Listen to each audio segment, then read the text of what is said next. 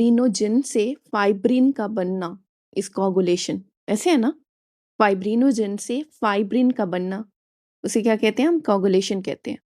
अभी नॉर्मल हम देखते हैं हमारे जो ब्लड है वो कोगुलेट नहीं होता ना। हमारी ब्लड वेसल्स के अंदर ब्लड कोगुलेट नहीं हो रहा, नॉर्मली अपनी स्पीड से जैसे चल रहा है वैसे चल रहा है। और जब हमें कोई चोट लगती है, एंडोथेलियल इंजरी होती है, फिर जाके हमारा ब्लड क्या करना शुरू हो जाता है, प्लग बनाना शुरू कर देते हैं जहाँ पे एंडोथेलियल इंजरी होती है। वो प्लग क्यों बनता है, नॉर्मली ब्लड क्यों नहीं कोगुलेट होता, ये सारा कुछ हमने देखना है। ठीक है। लिवर प्रोड्यूस कर रहा होता है फाइब्रिनोजन। जो फाइब्रिन के स्टैंड हैं वो क्या है, इनविजिबल, इनसॉल्युबल है इन प्लाज्मा। फाइब्रिन स्टैंड जो बनते हैं वो क्या है, इनसॉल्युबल है इन प्लाज्मा। और लिवर हमारा प्रोड्यूस करता है फाइब्रिनोजन। अब नॉर्मली जो हमारी एंडोथीलियम है, ब्लड वेसल की एंडोथीलियम, ठीक है, उसके अंदर तीन चीजें होती हैं जिनमें जो है anti platelet agent, platelet plug नहीं बनने देती वो तीनों चीजें, जिसकी वजह से क्या होगा, कोगुलेशन नहीं होगी, कोगुलेशन स्टॉप रहेगी। कौन सी तीन चीजें हैं, नाइट्रिक ऑक्साइड है, एडीपी डी फास्फेटेज है, और तीसरा हमारे पास प्रोस्टाग्लैंडिन I2 है। ये तीनों क्या है, एंटी प्लेटलेट एजेंट है। नॉर्मली जो ब्लड हमारी ब्लड वेसल्स में जा रहा होता है वो इन तीनों की वजह से कोगुलेट नहीं करता। ठीक है। अब जो हमारी एंडोथीलियम है उसमें हमने क्या पढ़ा था, क्या चीज है, हेपरिन सल्फेट है। हेपरिन सल्फेट से मिलके बनी हुई जो एंडोथीलियम है ना, उसके अंदर हेपरिन सल्फेट है। अब उसके अंदर क्या है, एंटी थ्रोम्बिन 3, जो कि लिवर से बनती है, लिवर से बन के यहाँ पे आती है एंडोथीलियल सेल के अंदर। और जब भी हमें कोई इंजरी वगैरह होती है तो वहां पे क्या होगा, प्लग फॉर्मेशन होगी, प्लेटलेट वहां पे एग्रीगेट करना शुरू कर देंगे और प्लग की फॉर्मेशन होगी। ठीक है। अच्छा, एक होता है हमारे पास प्रोटीन सी। प्रोटीन सी अब क्या करता है, प्रोटीन सी इनहिबिट करता है एक्टिवेशन ऑफ क्लॉटिंग फैक्टर 5 और 8 को। क्लॉटिंग फैक्टर 5 और 8 इनकी एक्टिवेशन नहीं होने देता, कौन, protein C. Tissue plasminogen activator जो है वो क्या है, फाइब्रिन कटर है। अब दो चीजें हैं, एक होता है थ्रोम्बिन कटर, एक होता है फाइब्रिन कटर। जो थ्रोम्बिन कटर है वो है एंटी थ्रोम्बिन 3। ये आपका एमसीक्यू है, आया हुआ है एसके 18 में। थ्रोम्बिन कटर का नाम क्या है, एंटी थ्रोम्बिन 3। और जो फाइब्रिन कटर है उसका नाम क्या है, प्लाज्मिन। एक्टिवेट होता है बाय टिश्यू प्लाज्मिनोजन। ठीक है। अभी हमारा जो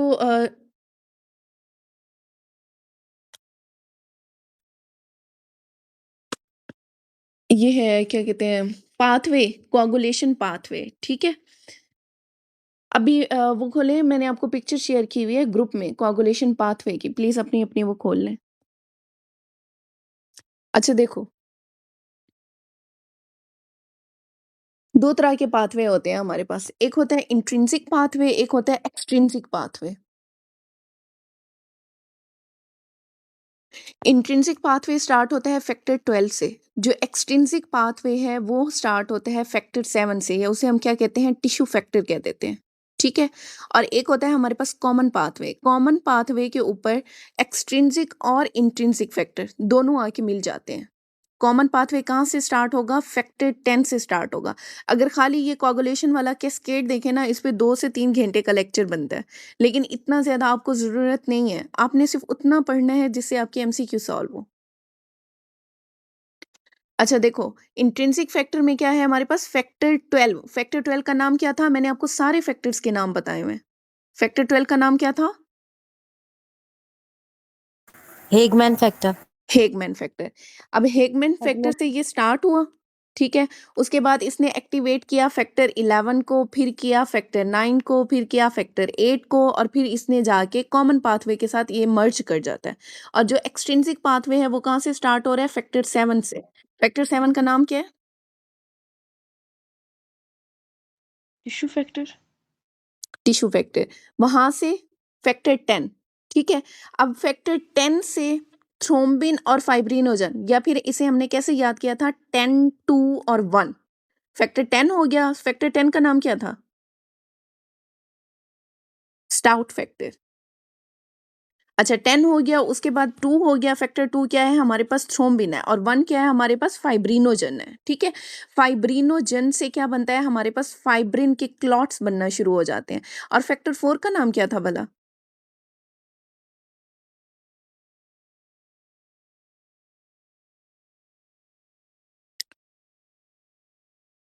कैल्शियम, ठीक है।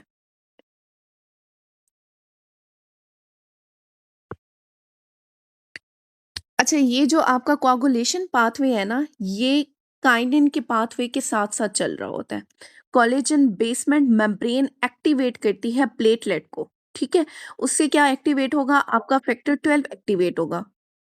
फैक्टर 12 से फैक्टर 12 ए बनता है। फैक्टर 12 ए जो है जाके एक्टिवेट करता है फैक्टर 11 को। फैक्टर 11 एक्टिव होके क्या बनाएगा?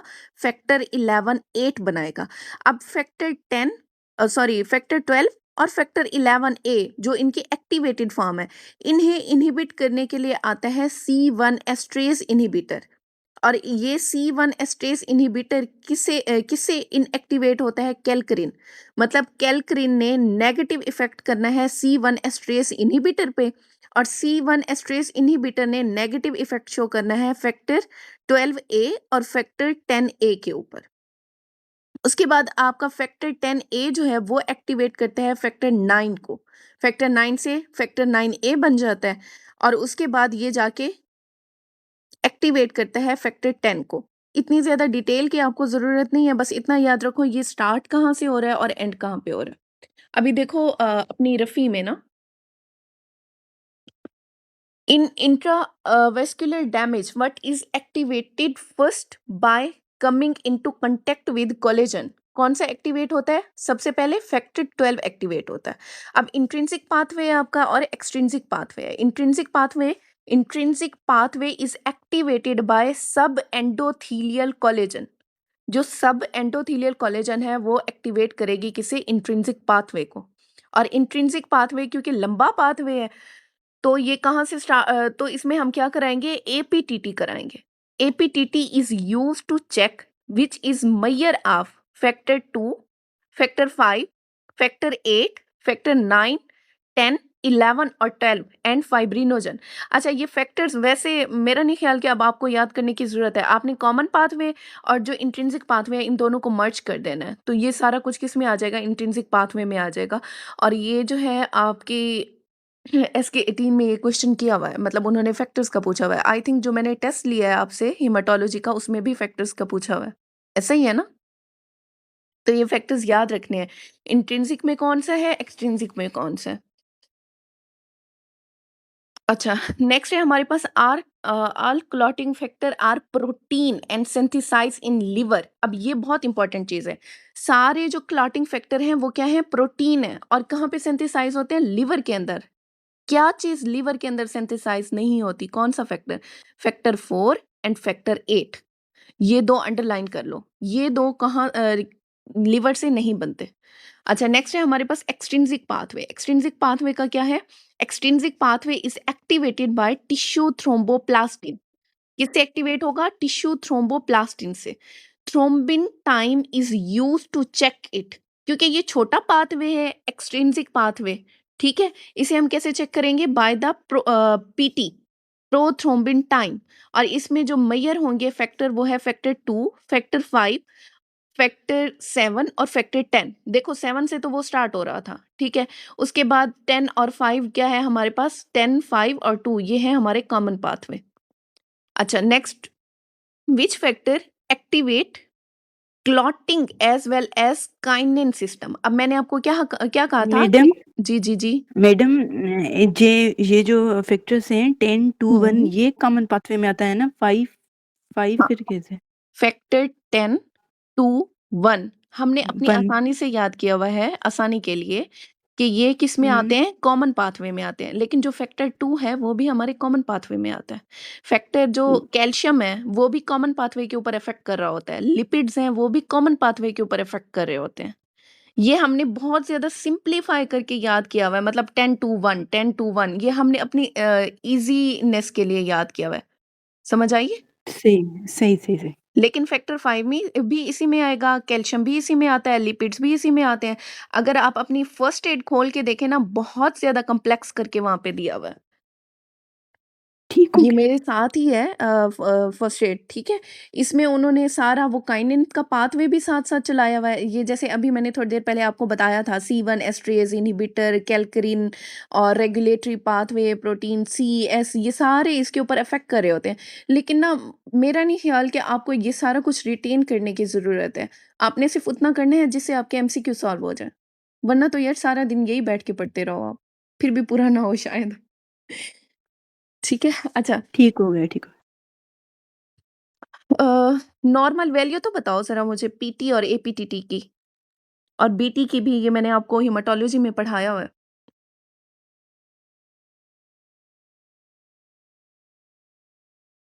लिखो, मैं देखती हूँ।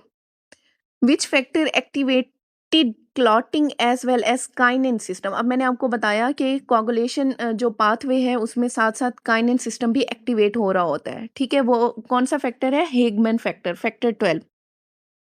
PT is 11 to 13। चलो ये ठीक है डॉक्टर राबिया। और एपीटीटी इज 28 टू 35 और BT is 2 to 9 minute. Good.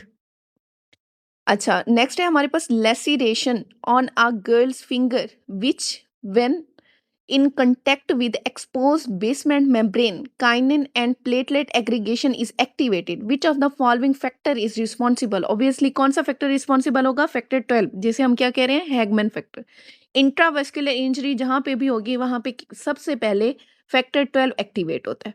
Endothelial cell initiate intravascular coagulation by activating, किसे एक्टिवेट करेंगे? फैक्टर 12 को। Endothelial injury with intrinsic factor will be activate factor 12। अब देखो, फैक्टर 8 इज प्रोड्यूस बाय, किससे produce होता है? Endothelial cell से। अब इसे अंडरलाइन करो।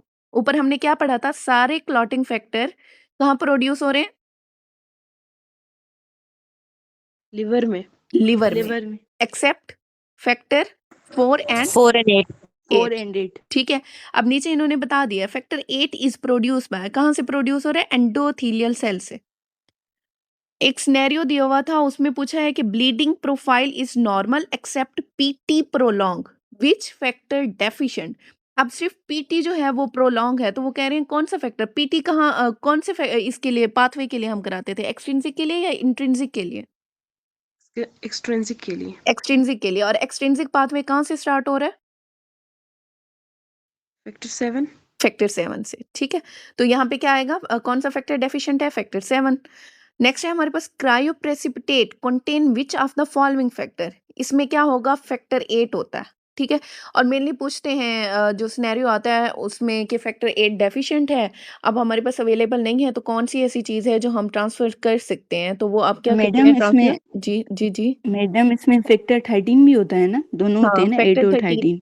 8 और 13 दोनों होते हैं क्रायो प्रेसिपिटेट के अंदर। ठीक है, तो उसमें आपने क्या देना है? पेशेंट को क्रायो प्रेसिपिटेट देना है। नेक्स्ट है most important step in coagulation pathway. Most important step क्या है? फाइब्रिनोजन से फाइब्रिन का बनना।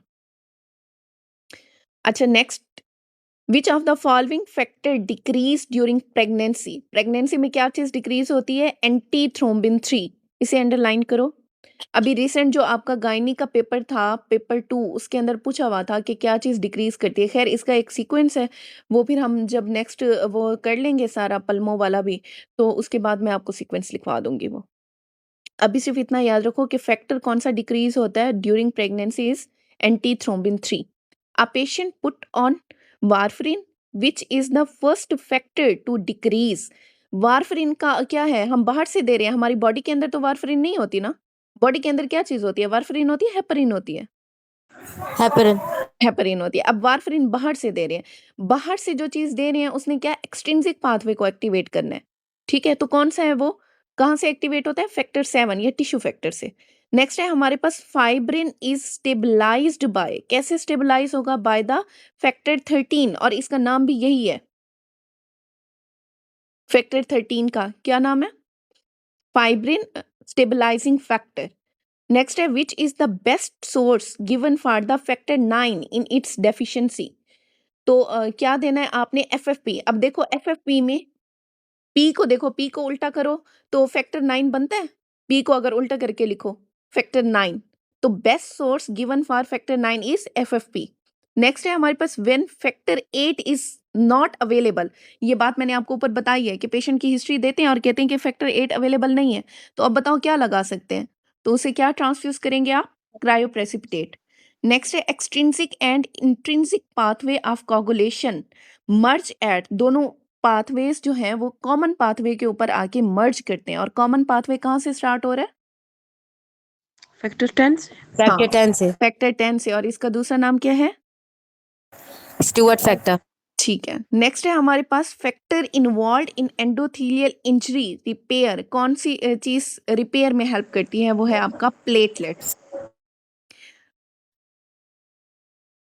सारे लिखो जो फैक्टर्स के नाम मैंने आपको बताए थे ना, फैक्टर्स के जो नाम बताए थे मैंने आपको, फैक्टर 1 से लेके 12 तक जितने भी नाम हैं वो सारे लिखो। कोई भी ऐसा बच्चा ना हो जो रिस्पॉन्स ना करे। जल्दी से लिखो फिर हम आगे चलते हैं।